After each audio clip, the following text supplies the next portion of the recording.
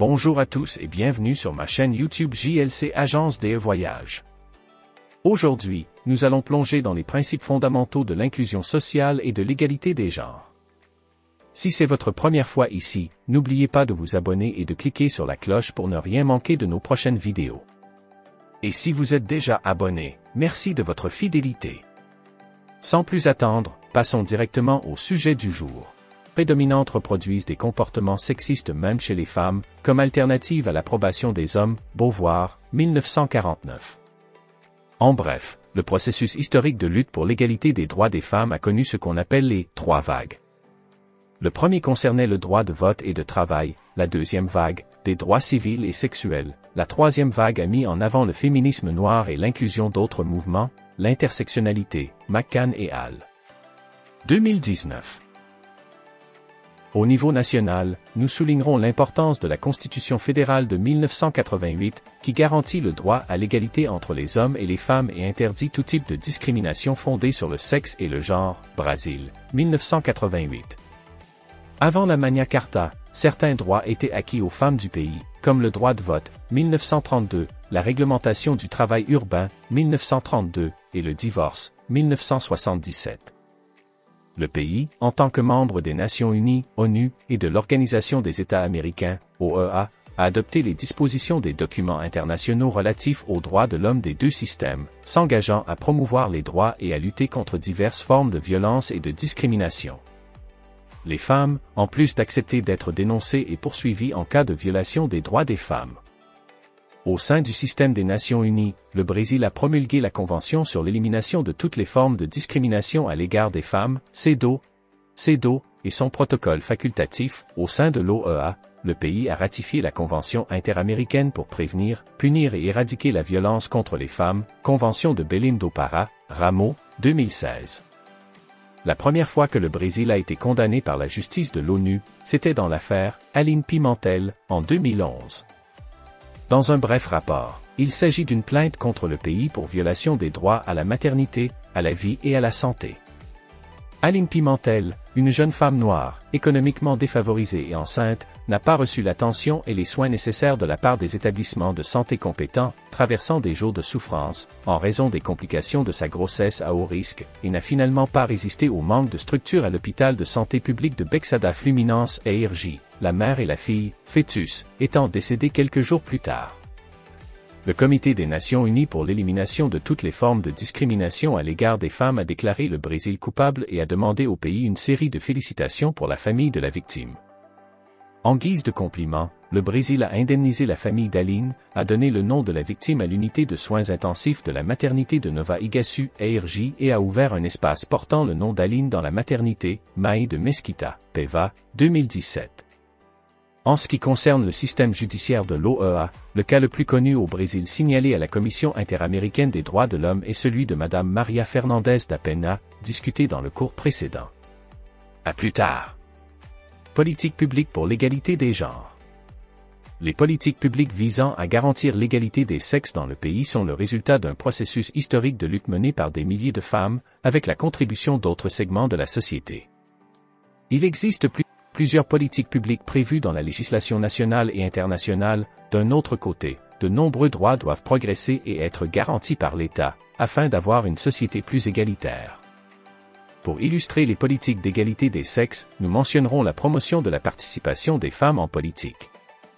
À l'exception d'Haïti et du Paraguay, le Brésil est derrière tous les autres États d'Amérique latine et se classe au 140e rang dans le classement de 192 pays évalués sur la représentation des femmes en politique, Bueno, 2022.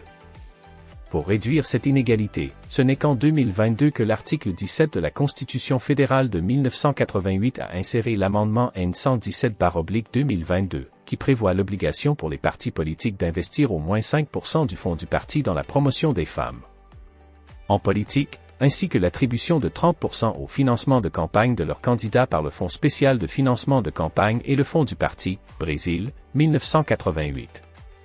On peut citer les acquis et la nécessité d'avancer en matière de politique publique contre la violence, la discrimination, le harcèlement sexuel et moral des femmes.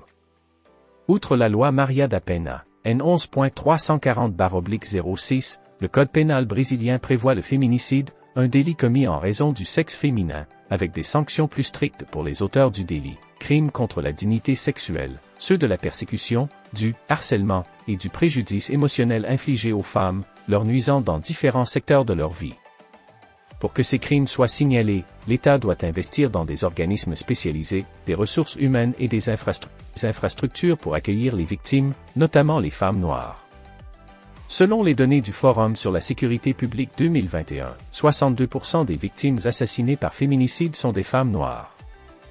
La mise en place de commissariats spécialisés pour les femmes, les tribunaux chargés de la violence domestique et familiale, les organismes d'assistance sociale publique et privée qui viennent en aide aux femmes et à leurs familles en situation de violence, les bureaux du défenseur public, les ministères des États, fédéraux et du travail, et les établissements de santé publique pour protéger et soigner les femmes est un exemple de facteur qui contribue à briser le cycle de la violence.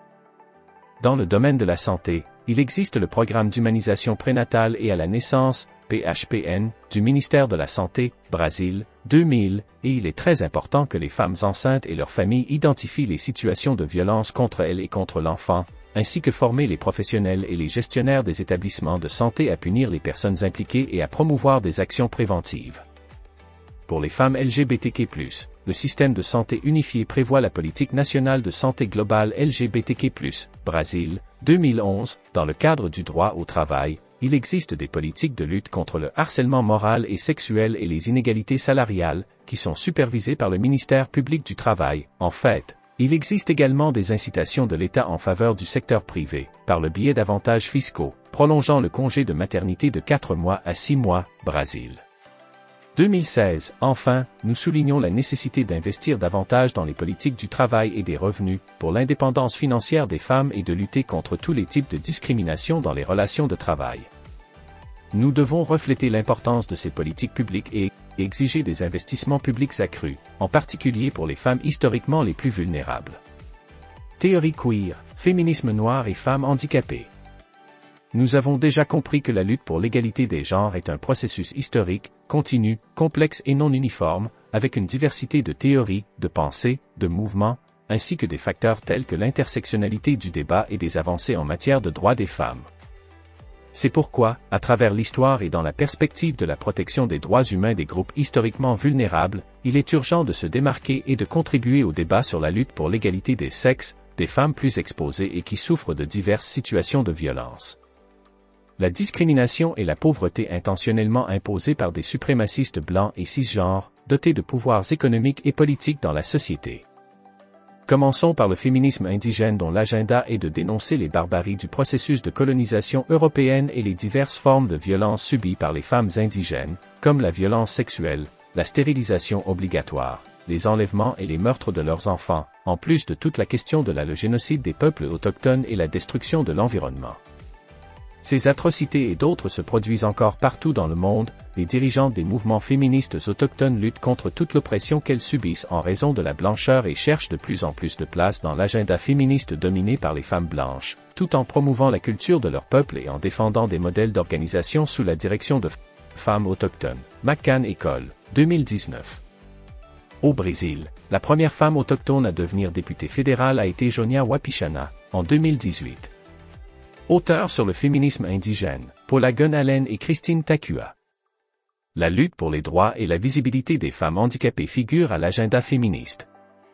Ce mouvement défend une société égalitaire entre les sexes et plus inclusive. Pour commencer, ses dirigeants défendent le modèle social dans lequel le handicap est présent dans la société, à travers les attitudes, l'accessibilité, les discriminations et les divers obstacles qui empêchent les personnes handicapées d'être respectées et entendues par la société.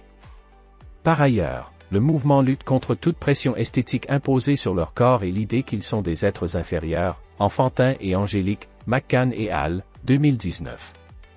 Auteurs suggérés, Rosemary Garland Thompson et Jenny Morris. Le débat sur l'égalité des droits pour toutes les femmes imprègne également le concept même de genre et d'orientation sexuelle. En tant que représentante de ces discussions, nous avons Judith Butler. De manière générale, le philosophe soutient que le genre est le résultat d'un processus historique social et culturel et non naturel. Le sexe et le genre sont indépendants, l'hétérosexualité binaire, homme et femme, est obligatoire et constitue une norme sociale, lorsque les gens ne s'identifient pas à cette imposition, ils sont punis par la société. Ainsi, nous pouvons voir des milliers de personnes LGBTQ+, qui ne s'identifient pas au binaire imposé et souhaitent être référées et traitées comme neutres en matière de genre. La queer théorie, par exemple, étudie la prédominance de l'hétérosexualité et le rôle de l'État dans le contrôle de la sexualité des personnes, la limitant, McCann et al., 2019. Comme penseurs, nous avons Michel Foucault, Simone Beauvoir, Eve Kozoski-Sidgwick, Laetitia Nascimento, Polo Yotti. Enfin, le féminisme noir soutient que la lutte pour l'égalité des sexes ne peut pas être guidée et menée uniquement par les femmes cisgenres blanches, issues de la classe moyenne ou de l'élite. L'oppression, la violence et la discrimination subies par les femmes noires sont plus intenses et intentionnellement perpétuées par la blancheur.